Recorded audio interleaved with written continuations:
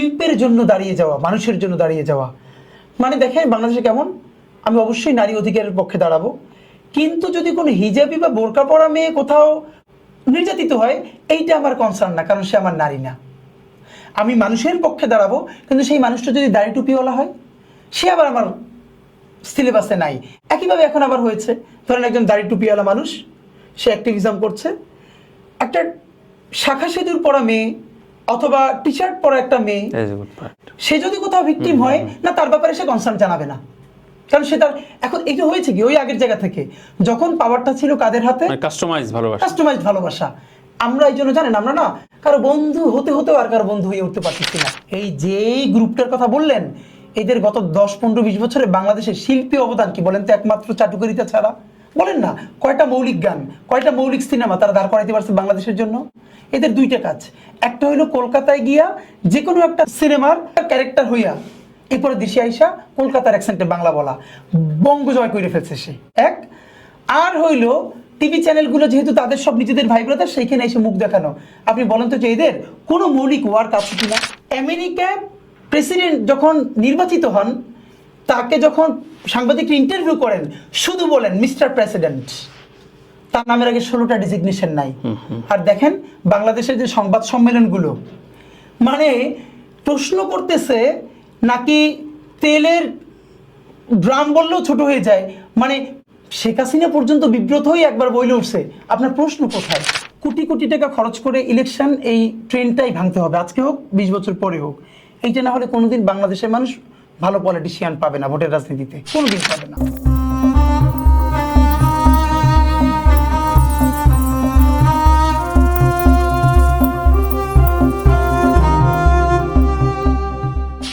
তাহলে আপনি আপনার কথা আসি যে এই যে সফট আওয়ামী লীগার এবং কালচারাল হেজিমনি, আমি আমার নিজের স্পেসিফিক নাম ধরে বলি, কারণ ওরা প্রকাশ্যে আমার এবং আমার পরিবারকে হুমকি দিয়েছে, হেনস্থা করেছে বেশ কিছু জায়গায়, এবং এর জন্য আমি খুব স্পষ্ট সব জায়গায় আমি নাম ধরে বলি।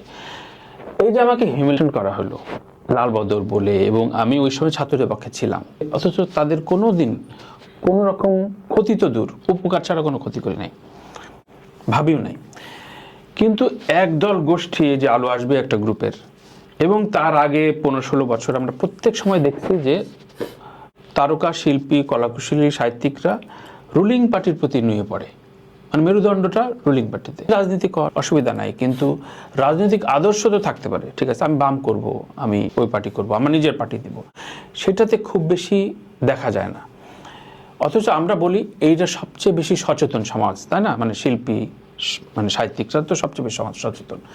তো আমরা তো পাইলাম না বাংলাদেশে যে সবাই রাজার সামনে বসে গীত গাইতে চায়, আর গত লাস্ট যে মকার ইলেকশনে প্রায় 80 কোটি টাকার উপরে শুধু নায়ক নায়িকেরা মনোনয়ন কিনছে, 80 কোটি। মানে এটা কি মজা মজা, এবং প্রত্যেকে মানে সরকারি মানে আওয়ামী লীগের ম্যান্ডেট কিনছে। কেউ, আমি জিজ্ঞাসা করছিলাম 2-3 জন তারকাকে যে কেউই কেন অন্য দলের কিনলেন না? সবাই রাজনীতি করেন, বুঝলেন, দেশ সেবা করেন। তো দেশ সেবা কি শুধুমাত্র একটা দলের জন্য করা হয়? কিন্তু করা হয় না। এই সমাজ কি বদলাবে? খুব দ্রুত বদলাবে না ভাই। আমি আপনার বলি যে পলিটিক্যাল পাওয়ার যতটা দ্রুত চেঞ্জ হয়, সোসাইটির ডাইনামিক্স তত দ্রুত কোনোদিন বদলায় না। কেন? ধরেন একই ঘরের দুই ভাই, একজন আওয়ামী লীগ করে, একজন বিএনপি করে, রাইট ভাই? দল দুইটা ভিন্ন, দুইজনের ডিএনএ কিন্তু একই বাবার সন্তান। তো এই মনস্তত্ত্ব ভাঙা কঠিন। সোসাইটিতে এই মনস্তত্ত্ব ভাঙতে হইলে কিছু মানুষের আসলে মানে হুইল বেল দ্য ক্যাট, এখন এটা তো কাউকে করে দেখাতে হবে। ওই আপনি যে অর্থে বলেছেন শিল্পের দায়, বাংলাদেশে ওই অর্থে শিল্প আছেই কিনা, এই জন্য সব থেকে বড় প্রশ্ন, যে শিল্পের জন্য দাঁড়িয়ে যাওয়া, মানুষের জন্য দাঁড়িয়ে যাওয়া। মানে দেখেন বাংলাদেশে কেমন, আমি অবশ্যই নারী অধিকারের পক্ষে দাঁড়াবো, কিন্তু যদি কোনো হিজাবি বা বোরকা পরা মেয়ে কোথাও নির্যাতিত হয়, এইটা আমার কনসার্ন না, কারণ সে আমার নারী না। আমি মানুষের পক্ষে দাঁড়াবো, কিন্তু সেই মানুষটা যদি দাড়ি টুপিওয়ালা হয়, সে আবার আমার সিলেবাসে নাই। একইভাবে এখন আবার হয়েছে, ধরেন একজন দাড়ি টুপিওয়ালা মানুষ, সে অ্যাক্টিভিজম করছে, একটা শাখা সিঁদুর পরা মেয়ে অথবা টি শার্ট পরা একটা মেয়ে, সে যদি কোথাও ভিকটিম হয় না, তার ব্যাপারে সে কনসার্ন জানাবে না, কারণ সে তার এখন এটা হয়েছে কি ওই আগের জায়গা থেকে, যখন পাওয়ারটা ছিল কাদের হাতে, কাস্টমাইজড ভালোবাসা। আমরা এই জন্য জানেন আমরা না কারো বন্ধু হতে হতেও আর কারো বন্ধু হয়ে উঠতে পারতেছি না। যেমন আমরা হেফাজতের অধিকারের কথা বলি, কিন্তু এরপর আমরা হেফাজত না। আমরা জামাত বিএনপির অধিকারের কথা বলি, কিন্তু এরপর আমরা জামাত বিএনপি না। কারণ এই যেমন গতকালকে আমরা একটা কনসার্ট করলাম, কনসার্ট ফর ঢাকা, আমার ইলেকশন এমন গালি গালাজ নাই, শুনি নাই, শোনেন নাই? মানে আচ্ছা, আচ্ছা। প্রচুর গালি, কেন এখন আমাকে কনসার্ট করতে হবে? বুঝতে পেরেছেন কিনা? কিন্তু আমাদের সচেতন রাজনীতি এইটাই, আমরা কারো গালিতে আমাদের কনসার্ট বন্ধ করি নাই। তো এই জন্য এই যে সচেতন মধ্যবর্তী জায়গাটা, তো সামাজিক বিনির্মাণে আমাদের যেটা, আমার একটা ধারণা আমি আপনাকে বলি, ধরেন সোসাইটিতে যতদিন পর্যন্ত আমাদের আর্থিক সংগতি ভালো না হবে ততদিন সোসাইটিতে আপনি খুব বড় পরিবর্তন দেখবেন না। আর আপনি যে শিল্পীদের কথা বলছেন, তাদের আবার আর্থিক সমস্যা না, তাদের হলো লিটারালি হিউম্যান ডিগনিটি বলতে কিছু নাই।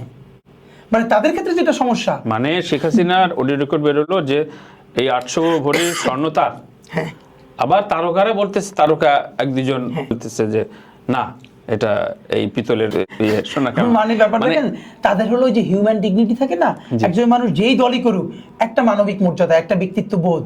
আর ধরেন আপনি একজন শিল্পী, ধরেন আপনার তো কত মৌলিক কাজ আছে না, আপনি রাজা, সে যতবার হোক, তার সামনে গিয়ে তাকে তোষামোদি করে প্রচুর খুশি করে গান গাইবেন, এটা তো আমার চিন্তা করলেই মানে কেমন লাগে যে আপনার শিল্পবোধ। রাজা আপনার কাছে ছুটে আসবেন, প্রেসিডেন্ট আপনাকে অনার করবেন যে আপনার ওই কনসার্টে আমি এসে গান শুনতে চাই, কেন আপনার ব্যান্ড নিয়ে আপনি রাজার পায়ের কাছে গিয়ে বসে গান শোনাবেন? তো ওই গার্ডস থাকতে হলে কি লাগে ভাই? নিজের স্কিলের উপরে কনফিডেন্স থাকতে হয়।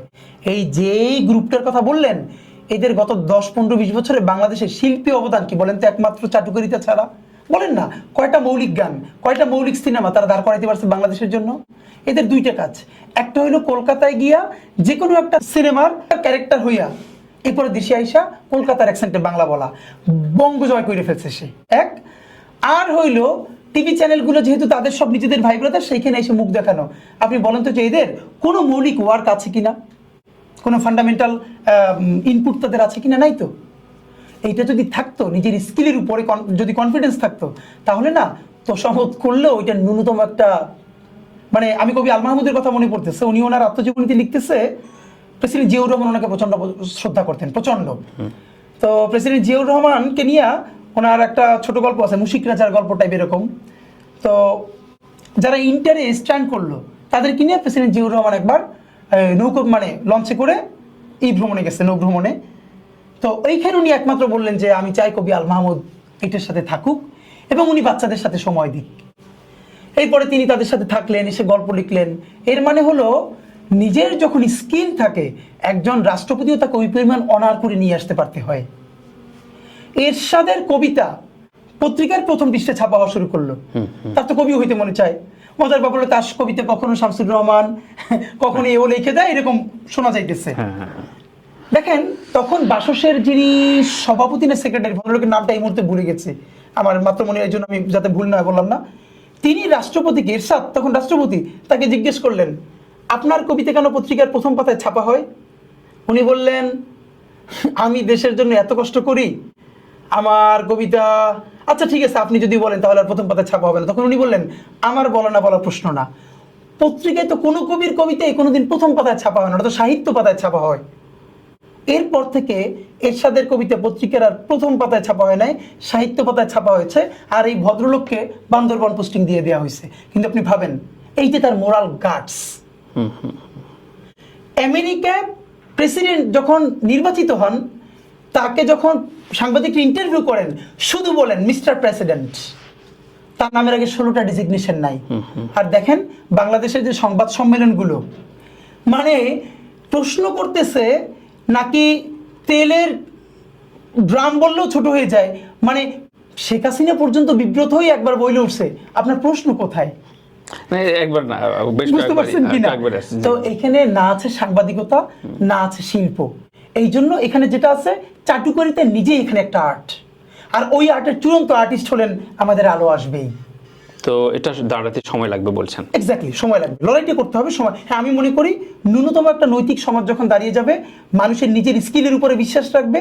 ধরেন আমাদের ক্ষেত্রে যেটা হইতেছে, এই যে সবাই কতক্ষণ বিএনপির দালাল, কতক্ষণ জামাতের দালাল, কতক্ষণ এনসিপির দালাল, কিন্তু আমরা ট্রিগার্ড হই না কেন? বিকজ আমাদের স্কিল এবং আমাদের বোঝাপড়ার উপরে আমার এত বেশি ক্লিয়ার আমাদের আইডিয়া আছে যে আমরা জানি যেগুলো আমরা কোনোটাই না। সুতরাং আমাদেরকে রিয়েক্ট করার দরকার নাই। আপনি অর্থ সঙ্গত করছেন একেবারে ডোর টু ডোর এবং খুবই ক্রাউড ফান্ডিং করছেন, এটাতে কতদূর এগোতে পারবেন বলে মনে করেন আপনি? মানে প্রথমত হলো ধরেন কোটি কোটি টাকা খরচ করে ইলেকশন, এই ট্রেনটাই ভাঙতে হবে, আজকে হোক 20 বছর পরে হোক। এইটা না হলে কোনোদিন বাংলাদেশের মানুষ ভালো পলিটিশিয়ান পাবে না, ভোটের রাজনীতিতে কোনোদিন পাবে না, পাবে না। আপনি শুধু আপনাকে বলি, একটা কেন্দ্রে যদি একজনের কনস্টিটিউয়েন্সিতে 100 কেন্দ্র থাকে, 100 কেন্দ্রে কোনোটা 7টা কোনোটা 8টা বুথ থাকে, প্রত্যেক বুথে একজন করে এজেন্ট, পোলিং এজেন্ট আপনার, আর কেন্দ্র পাহারা দেওয়ার জন্য ন্যূনতম 20 জন, তাহলে 20 জন আর ধরেন 5 জন, 25 জন, এবার 25 গুণ 100 মানে অলমোস্ট 3000 মানুষ না? এইটা হলো ওই দিন আপনার এদের পিছনে খালি পেমেন্ট যাবে আপনার কত, আপনি চিন্তা করতে পারেন? স্বাভাবিক, কিন্তু ওয়ার্ল্ড পলিটিক্সেই তো আপনার বড় বড় মাফিয়া বিজনেসম্যানরা পলিটিক্সদের ডোনেট করে, কিন্তু ওখানকার ভোটাররা সচেতন থাকে। এখানে দুইটা ব্যাপার দেখেন, তারা যে ডোনেটটা করে, এই ডোনেশনটা তারা করে আইডিয়ার উপরে, ভোট কেনার জন্য না। না, আপনি অস্ট্রেলিয়ায় ভোট দিতে না গেলে আপনার জরিমানা হবে, এটাই না? এখন আমাদের এইখানে ধরেন, এখানে যেটা প্রবলেম এবারে নির্বাচনে, যেটা আমার ক্ষেত্রে হবে, যেমন আমার অ্যাসেট কারা, যারা পয়সায় ভোট বেচে, আমি তো তাদের ভোট পাবো না, আমি তাদের কাছে যাব না। সেই গ্রুপটা যে কখনোই রাষ্ট্রের সিটি কর্পোরেশনের কাছে বা এমপির কাছে কোনো কাজে যায় না, সে নিজে ঠিকমতো ভ্যাট দেয়, ট্যাক্স দেয়, খুবই ডিসেন্ট একটা লাইফ লিড করে, ইউনিভার্সিটির ফ্যাকাল্টি অথবা একটা ভালো ব্যবসা করে, এই গ্রুপটা। এখন তাদের সমস্যাটা কি জানেন? তারা না যখনই শুনবে কেন্দ্রে একটা ঝামেলা হচ্ছে, তারা কোনোদিন ভোট দিতে যাবে না, তারা ইলেকশনের দিন বাসায় ঘুমাই থাকবে। এখন যেই লোকটা 5000 টাকা খাই ভোট দিবে, সে তো কি মারামারি করবে। আর বাংলাদেশের রাজনীতিবিদদের একটা পলিসি আপনারে বলি, এই যে মিডল ক্লাস এবং লোয়ার মিডল ক্লাস, শিক্ষক, বুদ্ধিজীবী, ব্যবসায়ী, এরাই তো আসলে একটা বড় ভোট ব্যাংক। এরা যাতে ভোট দিতে না যায়, এরা কেন যাবে না? যখনই শুনবে কেন্দ্রে মারামারি হয়েছে, খুবই ভালো পরিবেশ থাকলে গিয়ে ভোটটা দিয়ে আসবে পছন্দের প্রার্থীরে। দুইটা কারণে তারা ভোট দেয় না আপনাদের মতো মানুষটা, একটা হলো পছন্দের প্রার্থী নাই, মানে এপিটুপিট অলমোস্ট সবই এক। এরপর যদি কিছু পছন্দের প্রার্থী থাকে, ওখানে যদি ইলেকশনে কেওয়াস হয়, মারামারি হয়ে যাবে না, তো ওই গ্রুপটা যাতে কেন্দ্রে না আসে, এই জন্য নিজেরা নিজেরা মারামারি লাগাই দেয়। আচ্ছা আচ্ছা আচ্ছা, এটা আমি আপনাকে বলি, মানে এটাও একটা অংশ, এটা একটা অংশ, আচ্ছা। যে নিজেরা নিজেরা মারামারি লাগাই দিবে। মারামারি লাগাই দিলে হবে কি, আপনি যাদেরকে শুধু টাকা দিচ্ছেন আর যারা পলিটিক্যাল পার্টির কর্মী, তারাই শুধু গিয়ে তার মধ্যে ভোট দিবে। বাকি যে এই গ্রুপটা সব থেকে ডিসেন্ট ভোটার, তারা ভাই মাই খেতে যাবে না, এবং তারা না গেলেই তার জন্য উপকার, তার এগেনস্টে ভোটটা পড়বে না।